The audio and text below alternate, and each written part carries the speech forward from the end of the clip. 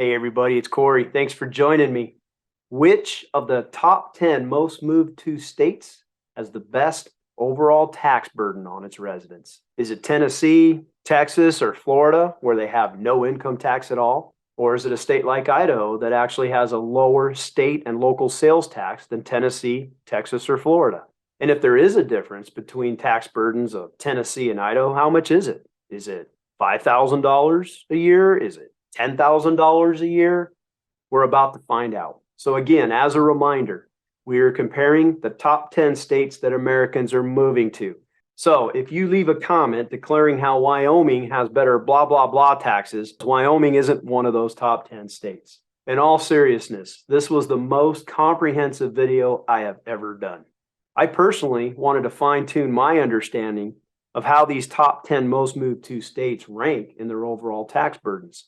This video challenged my perceptions. Many of you are considering one of these states, or maybe even have moved to one of these states, thinking that it has the lowest taxes. You may be wrong. Here, let me challenge you with a couple questions. Which of our top 10 states has the highest overall sales tax rate? Hold on, guys. It's my overly opinionated brother-in-law. Hey, Bubba, what's up? Corey, I have an answer for your question, brother. It's Tennessee. Tennessee is the best state for taxes because it's got no income tax. And that's why I'm moving there. Well, you're correct in that Tennessee has no income tax. And Tennessee is also the correct answer to our question of which state has the highest overall state and local tax rate. Now, if you'll let me go, I'll show you in the video how those two balance each other out and tell you where Tennessee actually ranks for the best state in taxes. Okay, gotta go. Bye. Now, let's try this again. See if you know the answer to this one. Which of our top 10 states has the highest property tax rate? Hold on, it's my overly opinionated brother-in-law again. Bo, I'm trying to do a video here, man. I know. Texas. Texas is the best state for taxes because it's got no income taxes, man. And that's why I'm moving there. Well, again, you're correct in that Texas has no income tax. And Texas is also the correct answer to our question of which of our 10 states has the highest overall property tax. Again, if you'll let me go, I'll show you in the video how those two balance each other out and tell you where Texas actually ranks for the best state in taxes. 10-4, good buddy. Gotta go. All ya all-alls, take care now. Bye. All ya all-alls? He doesn't talk like that. He's from California. All right. Which of our top 10 states has the most miles in toll roads for highways in the country? And as a result, its residents get to pay a stealth tax that no one talks about. Hold on. Yes. Florida. Florida's the best state for taxes, man. Ain't got no income tax. And that's why I'm moving there too. You are correct. Florida has no income tax.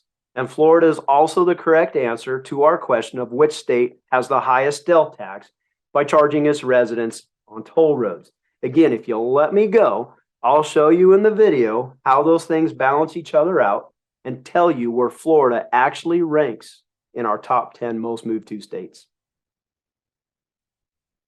Block caller. Okay, I think you get the point. There are many, like my overly opinionated brother-in-law, who have the misconception that just because a state has no income tax, that it's actually a lower tax state.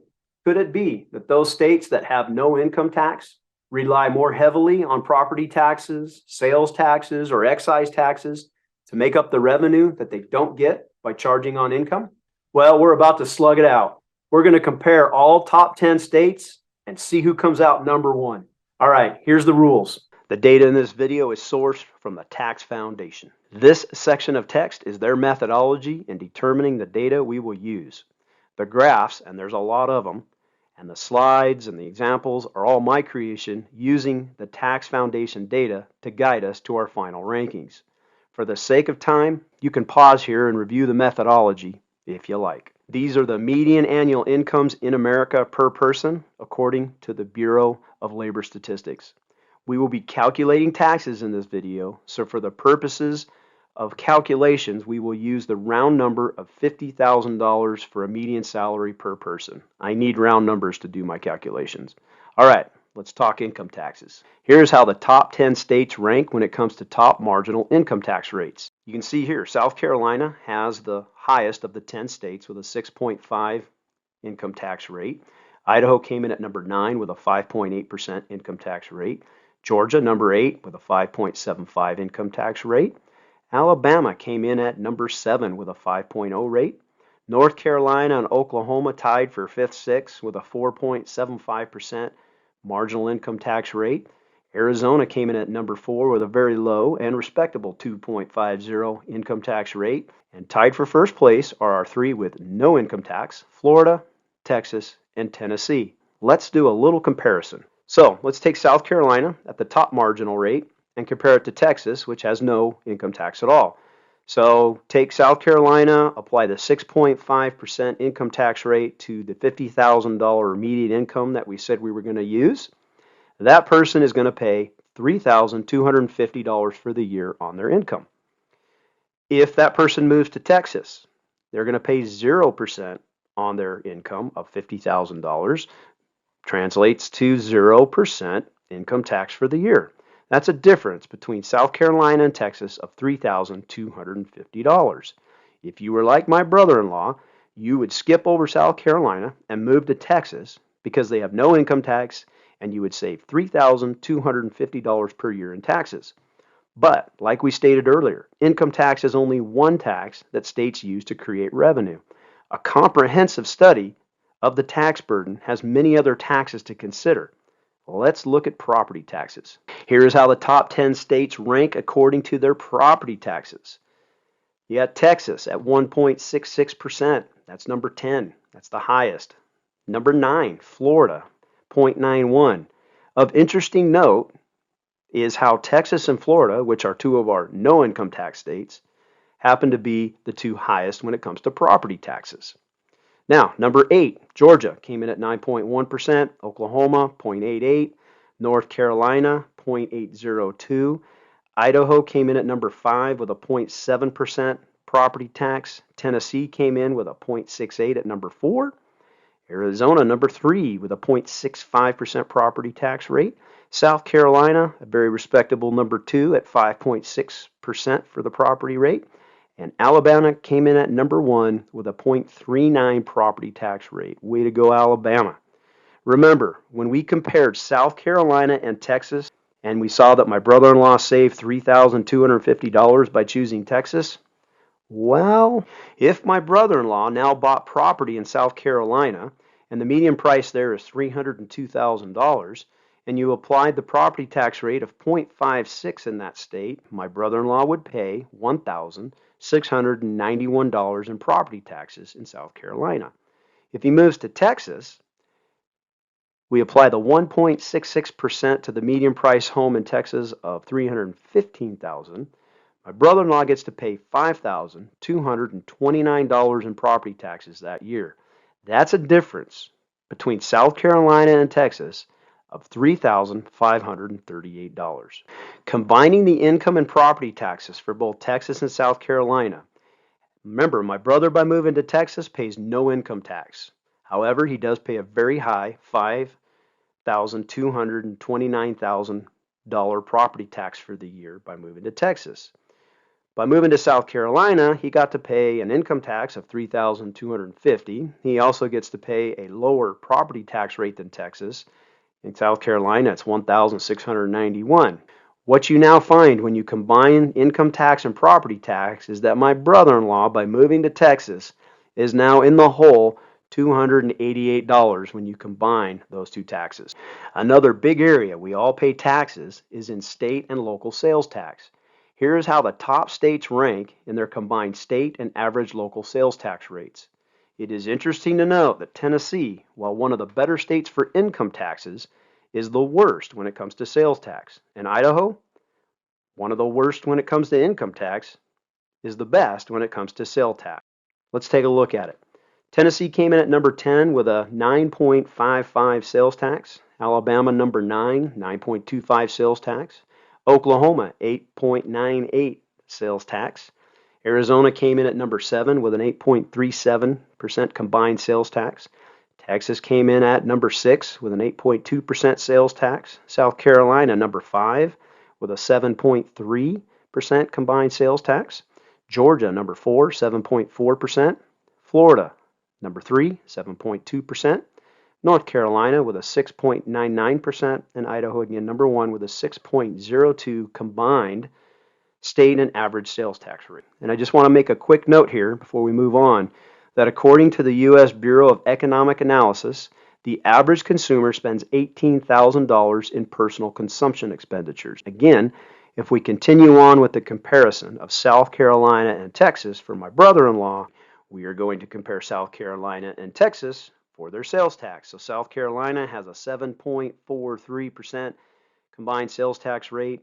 Again, if my brother-in-law spends $18,000 on his personal expenditures, he gets to pay sales tax at the end of the year of $1,337. By moving to Texas, he gets to pay an 8.2% combined sales tax on his $18,000 expenditures. He pays $1,479. Again, by moving to Texas, my brother pays another $142 more over South Carolina.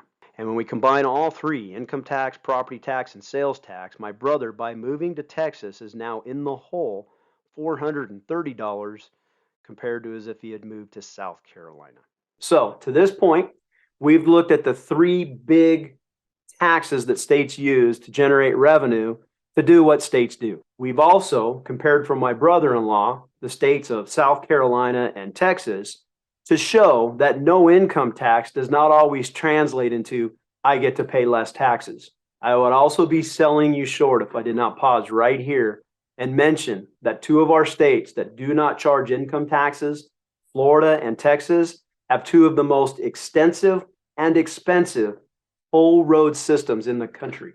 And the tolls that some of the residents of those states pay could reach as much as $200 a month, depending on when they drive and how many of those toll roads that they use to work and play.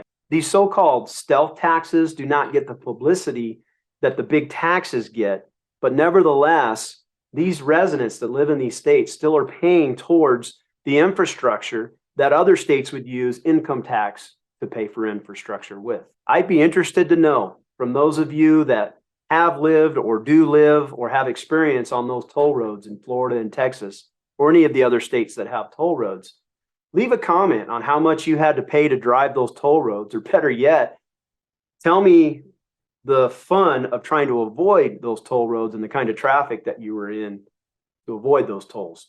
I think we can all agree that in the end, each state is going to get the money out of us that they need to do what states need to do. In fact, I propose that each of our states have a theme song for their taxes, and it goes something like this.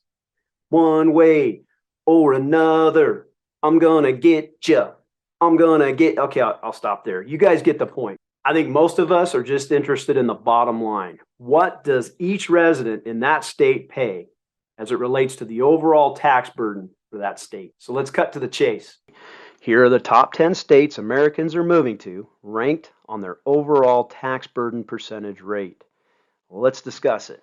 You have Idaho came in at number 10, highest tax burden rate of our top 10 states with a combined overall state tax burden of 10.7%. North Carolina came in at number 9 with a 9.9% rate. Alabama, a close number 8 with 9.8. Arizona came in with a 9.5 combined tax rate. Florida came in at number 6 with a 9.1 overall tax burden. Oklahoma, number 5 with a 9% rate. South Carolina came in at number 4 with a local tax burden of 8.9%. Georgia came in number 3, 8.9. Texas came in with an 8.6. And Tennessee, let's give it up for Tennessee. Tennessee came in with the best overall state and local tax burden rate of 7.6%.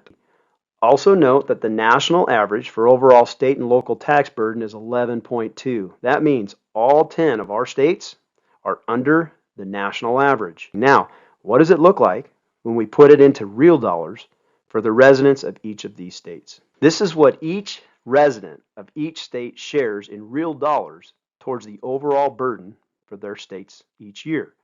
One should notice that the states shifted their rankings a bit when the actual tax rate burden is translated into real dollars. The reason for this is stated in the Tax Foundation's methodology. The Reader's Digest version is that calculating state tax burdens takes the tax input versus the tax output for each state and divides it by the taxpayers.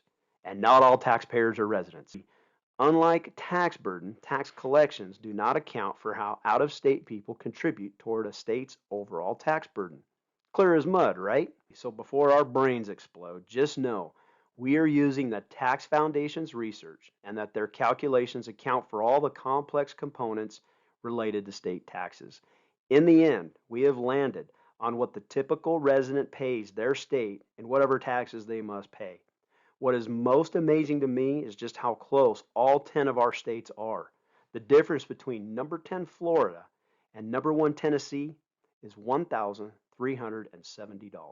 In closing, I hope this video brought you guys more clarity into exactly what each state is charging its residents when it comes to the overall tax burden. I think if we've learned anything, we can take confidence that these top 10 states at least have a lower tax burden for their residents than the national average. And we can also take away that there's not much difference between these top 10 states and how much they actually charge each of their residents for an overall tax burden. Could it be that their lower overall tax rates are a reason why they're the top 10 most moved to states? I'm just saying. What we did not discuss is how these states are spending that tax revenue. I encourage each of you, if you're considering moving to any of these states, do your own research on those state legislatures and see how they spend the money that they're entrusted with. Are those tax dollars being used to spend money on what states should spend it on, infrastructure and public services?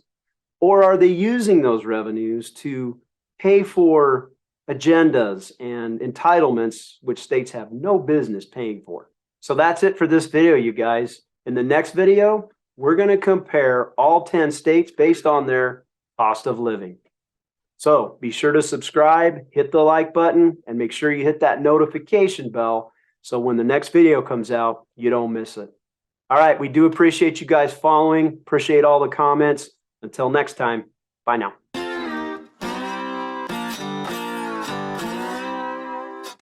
I have an answer for your question, brother. It's Tennessee.